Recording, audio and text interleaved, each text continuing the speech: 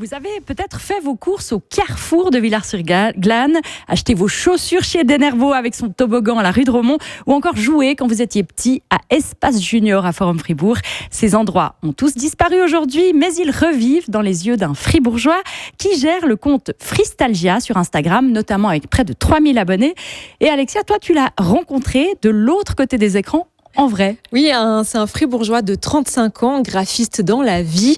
Il se décrit comme un grand nostalgique et c'est pour ça qu'il publie régulièrement des images du Fribourg des années 90, 2000, 2010. Il passe parfois jusqu'à plusieurs heures par jour à fouiller des anciens sites internet ou même les archives de son entourage. C'est une passion qui prend du temps.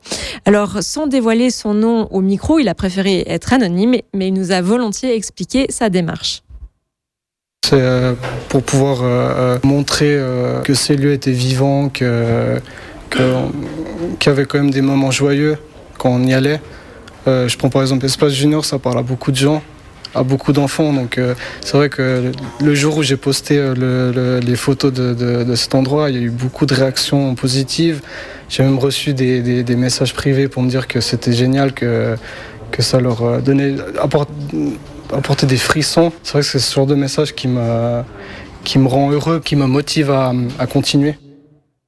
Alors des endroits qui ont été pleins de vie à un moment donné, certes, mais vous l'avez vu sur les images, il n'y a personne sur les photos. C'est un choix esthétique assumé du créateur de Fristalgia. Parfois, il l'admet, il retouche des silhouettes, il les enlève de l'original pour donner cette ambiance un peu particulière entre le rêve et le souvenir. On se dit on y était, mais c'est différent maintenant. Bref, Fristalgia, c'est un bon shot de nostalgie qui documente aussi l'évolution de ces lieux commerçants, de ces lieux de passage à Fribourg. Il y a vraiment une démarche de mémoire collective.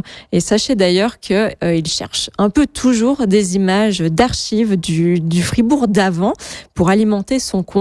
Son obsession du moment, par exemple, c'est l'ancien Jumbo de Villars-sur-Glâne. Alors, si vous avez des piles de vieilles photos, vous savez qui ça intéresse. Merci beaucoup Alexia, l'appel est lancé. Merci pour ton sujet plein de nostalgie.